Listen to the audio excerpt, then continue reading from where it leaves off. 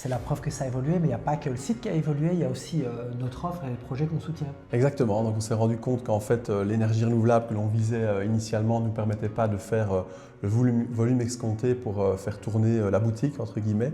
On s'est rendu compte que les opportunités étaient assez limitées, il y avait beaucoup de concurrence sur les manières de financer ce type d'opération. Manque de permis aussi. Manque de permis, exactement, et donc on s'est rendu compte qu'une diversification était nécessaire et on avait une brique dans le ventre, une sensibilité aux aspects donc aussi énergétiques de l'immobilier un peu qualitatif. Et donc on a très rapidement, en 2018, permis aussi de financer de la promotion immobilière avec toujours cet œil sur d'abord le PEB, mais aussi les aspects de mobilité, etc.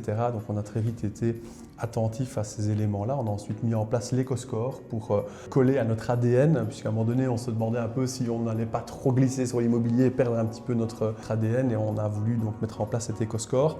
Et donc effectivement, le projet a pas mal évolué sur les années.